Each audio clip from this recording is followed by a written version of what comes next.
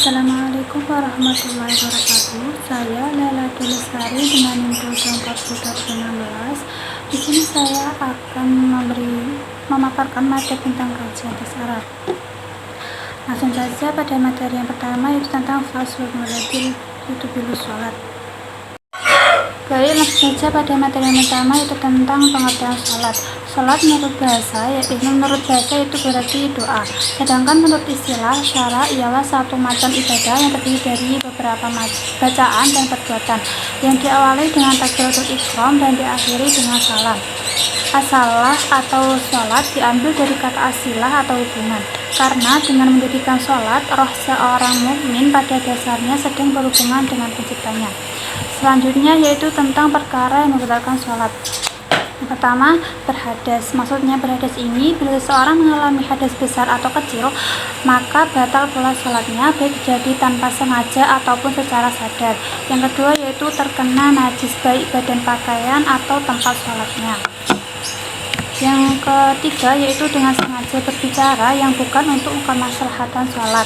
Yang keempat adalah terbukanya aurat.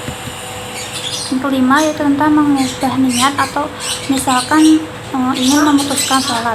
Yang keenam yaitu tentang banyak bergerak atau membelakangi kiblat. Selanjutnya itu tentang jumlah rakaat sholat fardu atau wajib. Jumlah rakaat sholat fardu adalah 17 rakaat, yang ke-34 sujud, 94 takbir dan 9 tahiyat, 10 salam, 153 tasbih.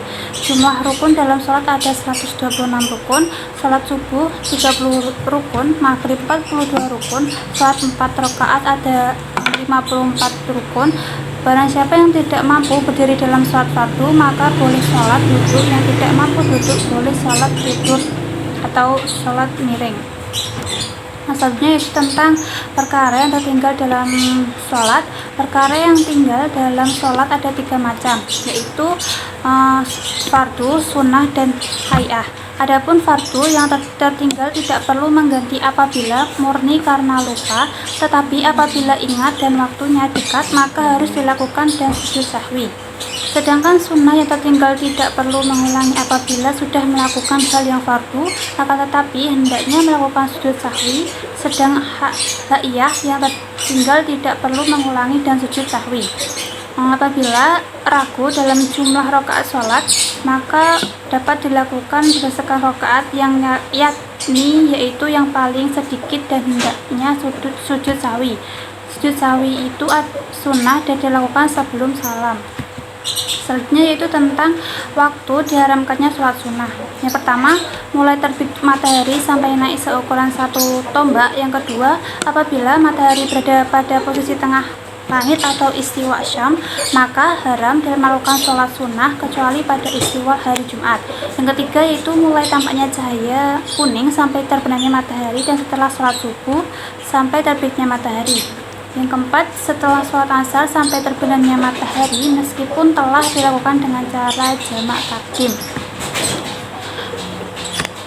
Materi yang selanjutnya yaitu tentang faslun sholatul jamaah atau sholat jamaah. Sholat jamaah itu dapat dilakukan minimal atau paling sedikit dilakukan oleh 2 orang, namun sedikit banyak orang yang ikut sholat berjamaah tersebut jadi jauh lebih baik. Paling sedikit sholat berjamaah selain jamaah sholat Jumat terdiri dari 2 orang, imam dan makmum. Sedangkan sholat berjamaah Jumat paling sedikit terdiri dari 4 orang, imam dan makmum. Yang keempat itu bilangannya termasuk bilangan Jumat. Selanjutnya yaitu tata cara sholat berjamaah. Yang pertama tentang makmum dalam sholat berjamaah. Makmum dalam sholat berjamaah ini ada 5. Yang pertama mengikuti gerakan imam. Yang kedua makmum berdiri di belakang imam. Yang ketiga mengetahui gerakan imam. Yang keempat imam dan makmum berada di dalam satu masjid. Dan kelima makmum yang mengikuti imam. Selanjutnya itu imam dalam sholat berjamaah. Yang pertama, jika seseorang sebagai tamu, maka yang berhak menjadi imam ialah tuan rumah. Yang kedua, penguasa lebih berhak menjadi imam atau yang mewakilinya, maka tidaklah tidakkah boleh maju menjadi imam kecuali atas izinnya. Yang ketiga, kefasihan dalam keilmuan dirinya. Maksudnya jika ada yang lebih fasih dalam membawakan bacaan Al-Quran, itu yang lebih diutamakan untuk menjadi imam. Selanjutnya, seseorang tidak dianjurkan menjadi imam apabila jamaah tidak menyukainya. Ketiga, shaf dalam sholat berjamaah. Shaf dalam sholat berjamaah tetap diharuskan dan dirapatkan, pundak bertemu pundak atau mata kaki bertemu mata kaki sampai selesai sholat, sehingga sholat menjadi sempurna dari awal sampai akhir rakaat. Selanjutnya yaitu tentang sholat qashar. Sholat qashar secara bahasa berarti ringkasan atau pendek. Sholat qashar didefinisikan sebagai meringkas sholat dari yang 4 rakaat menjadi 2 rakaat. Sholat fardu yang dapat diqashar yaitu sholat zuhur, asar, dan isya. Hukum sholat qashar adalah sunnah muakkadah karena Rasulullah SAW senantiasa melakukan sholat qashar saat berada dalam perjalanan atau sedang melakukan perjalanan.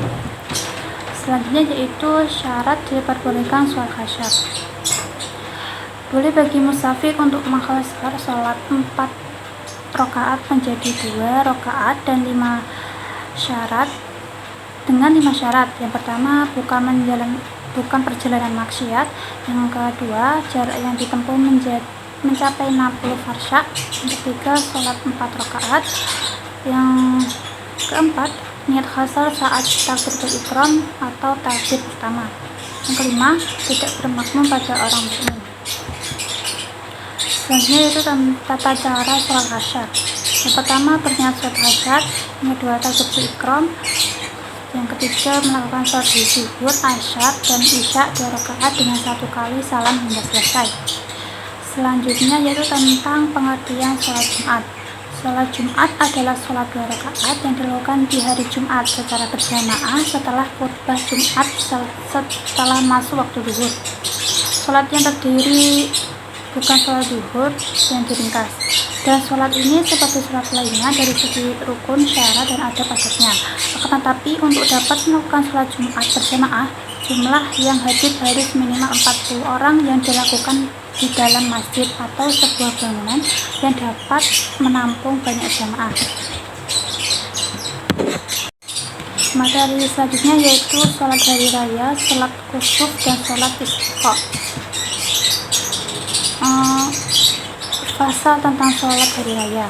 Sholat 2 hari raya itu sunnah muakkad, terdiri dari 2 rakaat. Pada rakaat pertama bertakbir 7 kali selain takbiratul ihram, dan 5 kali pada rakaat kedua selain takbir berdiri bangkit sesudah sholat atau imam membacakan 2 khutbah bertakbir 9 kali dan khutbah yang pertama pada 7 kali dalam khutbah yang kedua. Pada hari raya Fitri disunahkan membaca takbir atau takbiran sejak dari terbenamnya matahari pada malam hari raya sampai imam masuk dalam sholat. Dan pada hari raya Adhuha atau disunahkan membaca takbir di belakangnya sholat fardu sejak subuh dari Arafah sampai asar terakhir dari tasbih.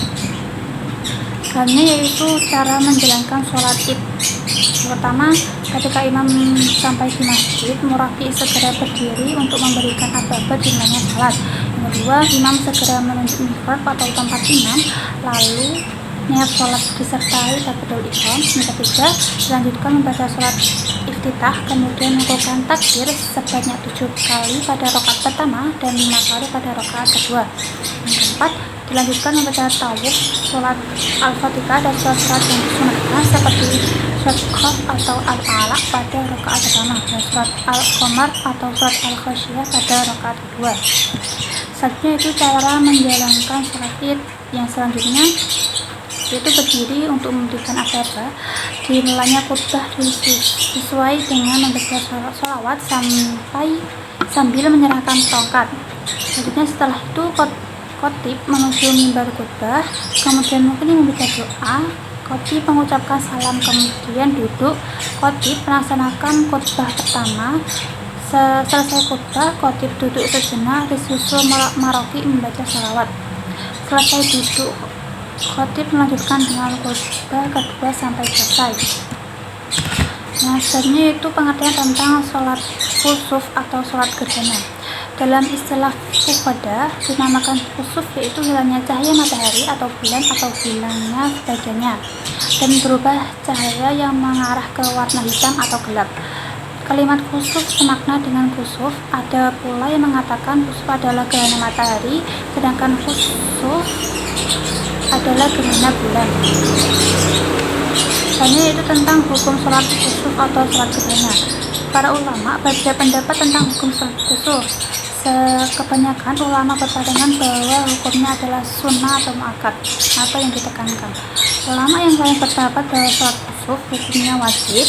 Disebutkan bahwa ini juga pendapat Ibnu Husainah, Abu Awanah dan dipilih oleh Hasyim Syaukani As-Rahimahullah. Selanjutnya yaitu cara mengerjakan sholat khusuf. Yang pertama, menyiapkan tempat sholat. Yang kedua, membaca doa khusuf. Ketiga, melaksanakan sholat khusuf. Yang keempat, membaca doa setelah khusuf setelah sholat. Selanjutnya pengertian sholat istisqa. Sholat istisqa artinya dapat diartikan minta turunnya hujan atau oleh Allah Subhanahu wa Ta'ala untuk sejumlah negeri atau hamba-hambanya yang membutuhkan melalui sholat, berdoa dan beristisqa ketika terjadi kemarau. Ibnu Qudamah berkata, sholat istisqa hukumnya sunnah muakkad ditetapkan oleh sunnah Rasulullah SAW. Materi yang selanjutnya tentang faslu sholat khauf. Sholat khauf adalah sholat yang dilaksanakan dalam waktu yang tidak aman, baik disebabkan oleh peperangan, waktu kebakaran, banjir, perampokan, dan sebagainya dengan tata cara yang telah diatur oleh syarak. Sholat khauf itu baik dilaksanakan pada waktu di tempat tinggal sendiri maupun di waktu dalam perjalanan atau musafir. Sholat khauf adalah sholat yang dilakukan ketika berada dalam situasi yang sangat menakutkan, genting, dan berbahaya. Sholat khauf ini tersendiri secara harfiah berarti ketakutan. Salah satu contoh situasi yang menakutkan adalah peperangan, baik dalam perjalanan maupun saat hidup. Sholat khauf adalah untuk meringankan seorang muslim agar dapat menunaikan kewajibannya. Selanjutnya, syarat sholat khauf. Pertama, makmum hendaknya menganiatkan mengikuti imam. Yang kedua, makmum hendaknya mengikuti imamnya dalam segala pekerjaannya atau segala gerakan imam. Yang ketiga, mengetahui gerak-gerik perbuatan imam. Yang keempat, keduanya imam dan makmum ini berada dalam satu tempat. Yang kelima, tempat berdiri makmum tidak boleh lebih dari depan dari imamnya. Imam hendaknya jangan mengikuti yang lain. Laki-laki tidak sah mengikuti perempuan. Keadaan imam tidak umum, sedangkan makmum sorry. Janganlah makmum beriman kepada orang yang diketahui bahwa sholatnya tidak sah atau batal. Selanjutnya itu penyebab rasa takut dan khawatir beserta tata cara pelaksanaan sholat khauf. Yang pertama, musuh akan menyerang dari arah kiblat. Yang kedua, musuh akan menyerang dari arah selain kiblat. Langsung saja pada materi selanjutnya tentang kitab berzakat sampai ternak yang bercampur aduk. Berikut adalah hal-hal yang mewajibkan zakat, yaitu harta yang wajib dizakati, binatang ternak, barang berharga, hasil pertanian, buah-buahan, barang-barang dagangan. Maksud dari hasil pertanian ini yang dizakati adalah bahan makanan pokok yang memungkinkan untuk disimpan tanpa mengalami kerusakan. Yang dimaksud bahan makanan pokok adalah makanan yang biasanya dikonsumsi penduduk negeri, tempatnya adalah gandum, padi-padian, kacang-kacangan, dan sebagainya. Buah-buahan Abu Dawud dan Tirmizi meriwayatkan dari Attab bin Qusayb radhiyallahu anhu, dia berkata Rasulullah SAW memerintahkan penyortir anggur sebagai binatang kurma, zakatnya diambil dalam bentuk kismis atau anggur kering, sebagaimana zakat kurma diambil dalam bentuk tamar atau kurma kering. Maksud dari barang-barang dagangan ini dijelaskan dalam firman Allah, yaitu nafkahkanlah atau di jalan Allah sebagian dari hasil usahamu yang baik. Surat Al-Baqarah ayat 2. Selanjutnya yaitu pasal tentang nisab unta.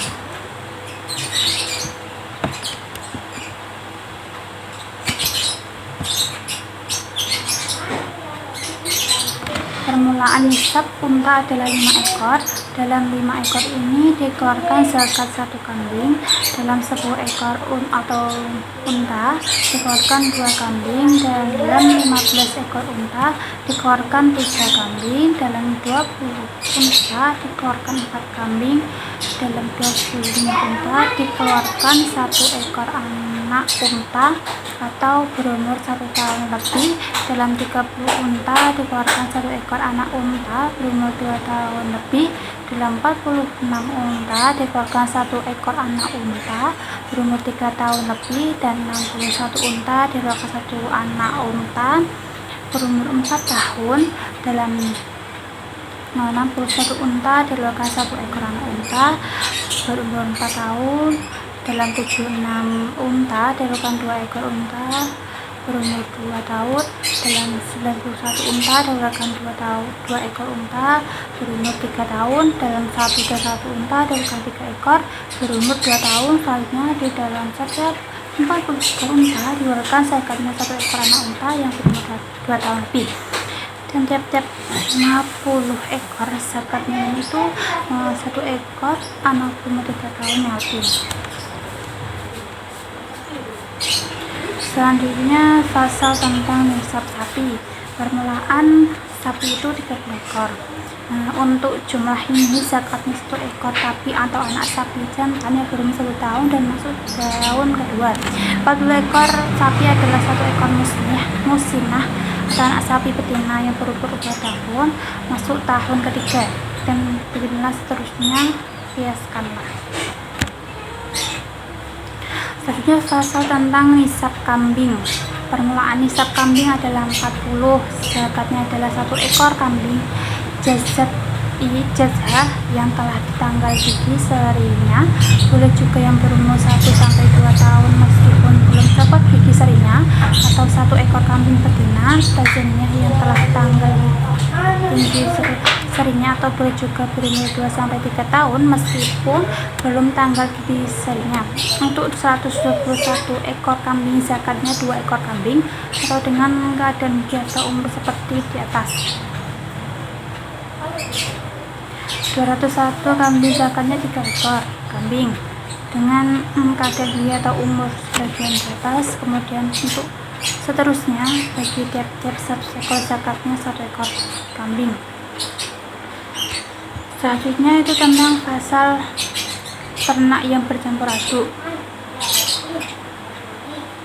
2 orang yang berserikat atau memiliki kambing mengeluarkan zakat atau kambingnya dengan 7 macam syarat.